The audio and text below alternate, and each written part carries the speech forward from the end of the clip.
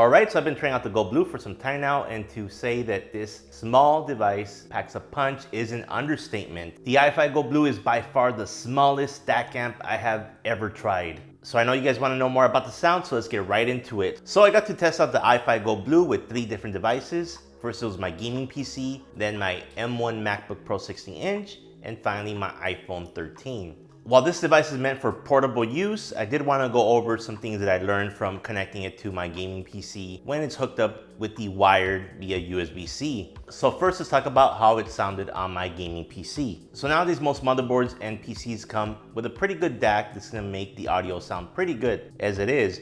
But some typical things that you'll experience with the built-in audio on a PC or laptop, for example, are that you're gonna get a flatter sound. It's not gonna be as crisp or dynamic as when hooking it up to a dedicated DAC amp. You're not gonna get that impact you usually get with the bass notes. It's not gonna sound like anything special. It's gonna sound like music that you can maybe listen to while you're doing other stuff. But if you want like critical listening, you're not gonna get that with the built-in audio. The audio can be dull and unsharpened. There's really no depth to the sound. You're not gonna get that slam and punch in your mid bass that you typically get with other DAC amps. And the built-in DAC may not be powerful enough to drive high impedance headphones like the Beyerdynamic DT1990 here, which are 250 ohm headphones. While the iFi Go Blue is meant to be used using Bluetooth to connect to your device, there is a good reason to hook it up with the USB cable because you're gonna get better sounding audio. And the quality on audio you're gonna get with a wired connection using the USB is 24 bits at 96 kilohertz. So that's definitely audiophile grade quality audio. So I'm gonna talk about how the Go Blue sounded with the wired connection to my gaming PC because it was quite a bit of difference from the built-in audio. So the audio right away sounded super clean. It had a crisp treble. String instruments sounded excellent. Vocals were forward and sounded clear when compared to the built-in audio. You definitely felt the impact in the mid bass, and the low bass was well extended. You can tell that there was an overall improvement in audio quality. The high treble sound sounded very airy, and it was overall a pleasant listening experience. The sound just had a lot of energy to it, which really lets you get into the music more so than the built-in audio. And surprisingly, this little thing was powerful enough to power my 250 ohm DT1990s, which you see here. So I was really surprised with the quality of the audio I got when using the iFi Go Blue wired with my gaming PC. I was just like, wow, this little thing is outputting that level of audio quality. But let me go ahead and talk about what the actual use case of the iFi Go Blue is for, and that's to use it with Bluetooth. So let's take away the wire, and I'll talk about how it worked with Bluetooth on my gaming PC using a Bluetooth 4.0 USB adapter. And one thing off the bat I'd like to mention is that the range on the Bluetooth is not that great. You kind of have to be in the same room to listen to the audio, otherwise it's gonna start breaking up and causing some quality issues.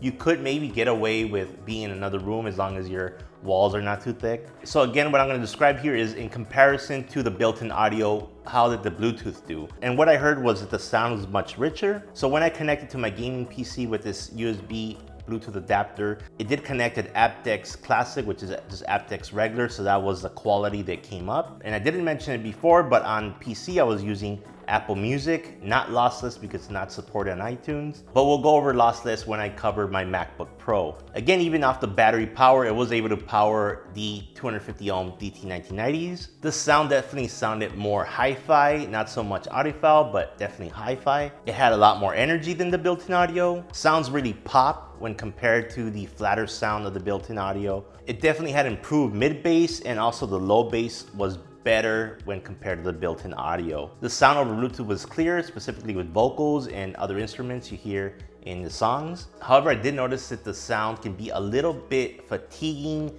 over Bluetooth as compared to using it wired with the USB cable. There is a little bit of fatigue factor that kicks in when using the Bluetooth. So overall, on my gaming PC, I would say that the Bluetooth using the iFi Go Blue and my USB Bluetooth adapter on the gaming PC definitely improved the sound over the built-in. Of course, I wish I could say that Bluetooth sounded great and you don't need to connect it wired, but if you want the best quality sound, I definitely recommend that you connect your iFi Go Blue with a wire, whether it be a PC, laptop, or smartphone, because it is going to give you the best audio quality we're just not there yet with Bluetooth. So hopefully in the coming years, Bluetooth technology will improve and we'll get more compatibility with the different devices. I know that this iFi Go Blue supports some high quality codecs. However, I don't know which devices support those codecs because all I can get from this, from my devices, was either aptX or AAC. Okay, now let's talk about how the iFi Go Blue sounded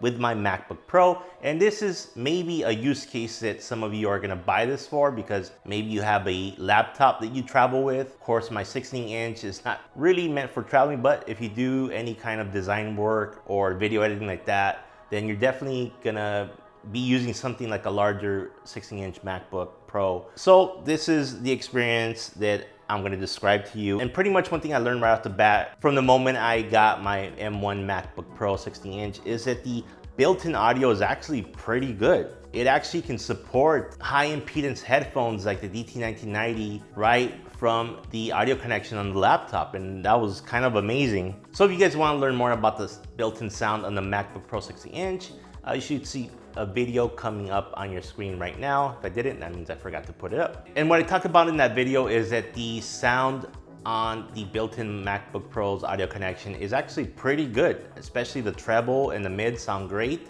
However, when it came down to the bass, it was just a bit lacking for me, for my taste. So I felt that it didn't have that slam and punch in the mid bass, and the low bass was not well extended. So the question here is, does the iFi Go Blue have an improvement over the built-in MacBook Pro's audio? And this time, I'm first gonna talk about the Bluetooth and how it sounded over Bluetooth. And it was very easy to connect using Bluetooth. Of course, the laptop has built-in Bluetooth. It was a cinch. And the connection I got was AAC, which does support higher audio quality.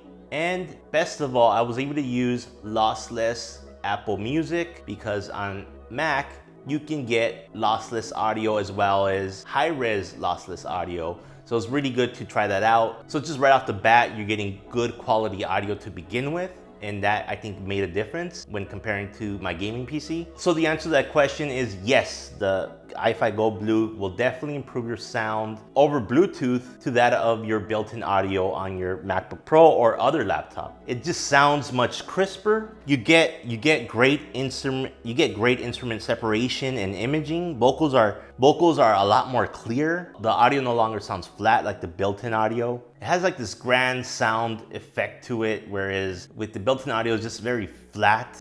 With the iFi Go Blue, you just sound like maybe you're at a concert hall or something like that. So definitely a big difference there. So I would say definitely the sound stage was improved. And even over Bluetooth, you're getting the sense of that audiophile sound. So you're getting here those little details in the sound that you didn't with your built-in. And best of all, what was lacking with the built-in sound of the MacBook Pro, you do get more slam and impact from your mid bass. And the low bass is very well extended. So I was pretty happy with what the iFi Go Blue did with the sound on the MacBook Pro. It kind of filled in what was missing as far as I thought, as far as the bass was concerned. All right, so now with the wired connection using USB-C to the MacBook Pro, of course, it connected over AAC. Okay, now I'll talk about the wired connection using USB-C to the MacBook Pro laptop. And you definitely get that audiophile sound for sure with the USB connection. The treble is just super crisp. The mid bass and low bass sound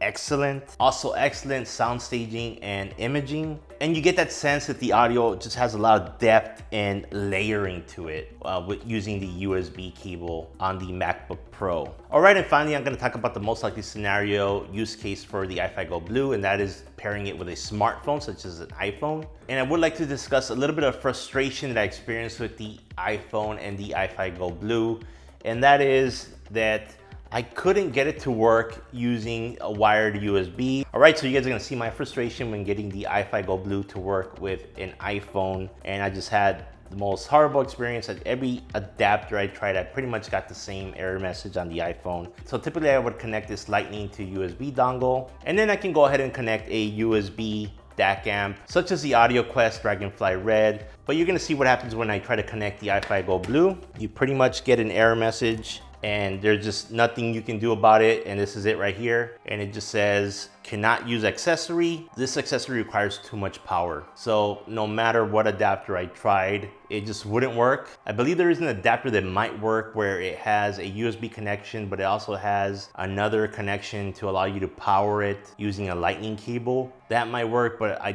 didn't want to go out and purchase one because they are a little bit more expensive than this one right here, which I already had. Unfortunately, I was unable to try the iFi Go Blue with the iPhone, so I won't be able to give you any sound details on that, but I'm sure it sounds great. But let's talk about how the iPhone sounded just with the built-in audio and then using Bluetooth with the iFi Go Blue, which is actually a scenario most people are going to buy this, they're going to use this with Bluetooth, as that is what it's meant for. Okay, so first let's talk about how the iPhone sounded just with the built-in audio using this Lightning to 3.5mm audio connection here. And as you can already imagine, the sound sounded actually pretty good with Apple Lossless. So the added audio quality of Apple Lossless really improved the sound over, say, my iTunes on my gaming PC. However, I felt that it didn't have that audiophile sound quality.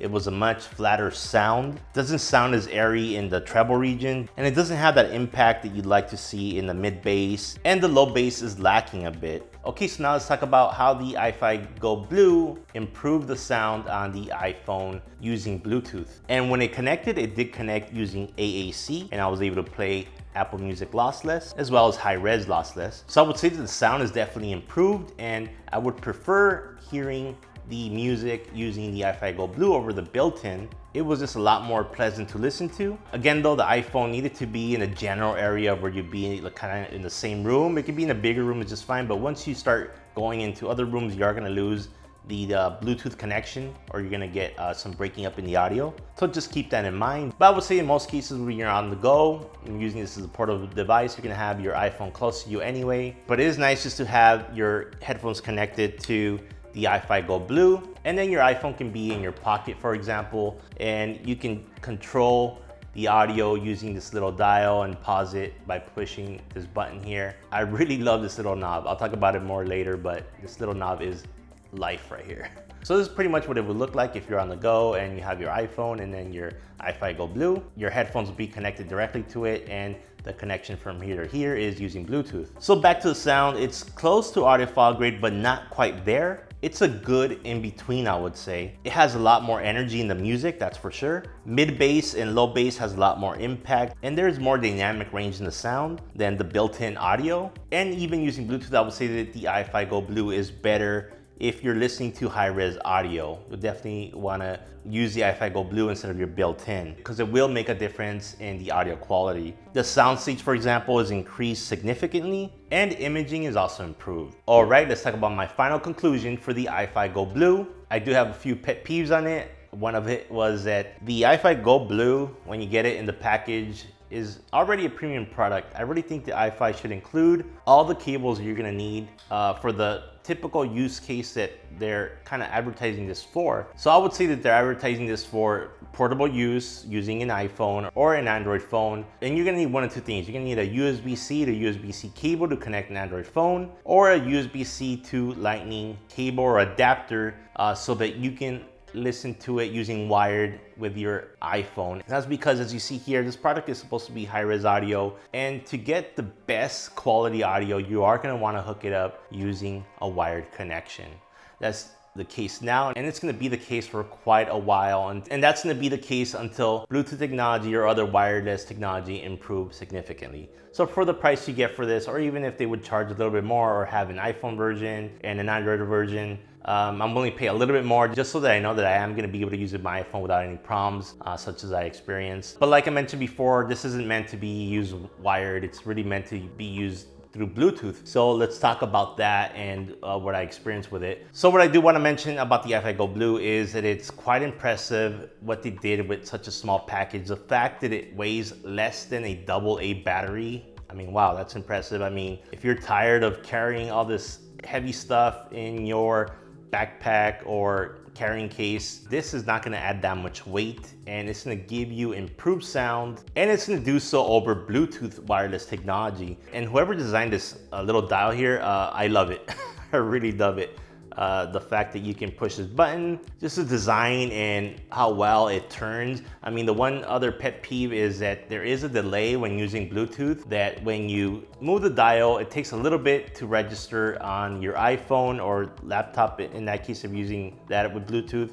And also when you pause and play, it takes a split second, and I wish that would change, and I'm sure it has to do with using Bluetooth, but a little bit of an annoyance there. So if you're gonna get the iFi Go Blue, I do recommend that you get it with a low impedance portable headphone, kind of like these Sivga SV021s here. They're really light, portable, and they don't take that much to drive them. I think they're only about 32 ohms or so. Instead of the 250 ohm DT1990s here, it was able to drive them, but I just felt like it was like barely able to do that. Whereas with the SV021s here, it just sounded great. And there was plenty of power there for these headphones to make that music sound great. If you do plan to use high impedance headphones, such as the DT1990 Pros on the go, I mean, first of all, they're kind of heavy, but if you do plan to do it anyway, you definitely want to go with another DAC amp, such as the iFi Hip DAC, and that's a beefier unit that this is a little bit bigger, but not that much, and you'll be able to stick it in your backpack or carrying case without any issue, and it's going to give you that extra power you'll need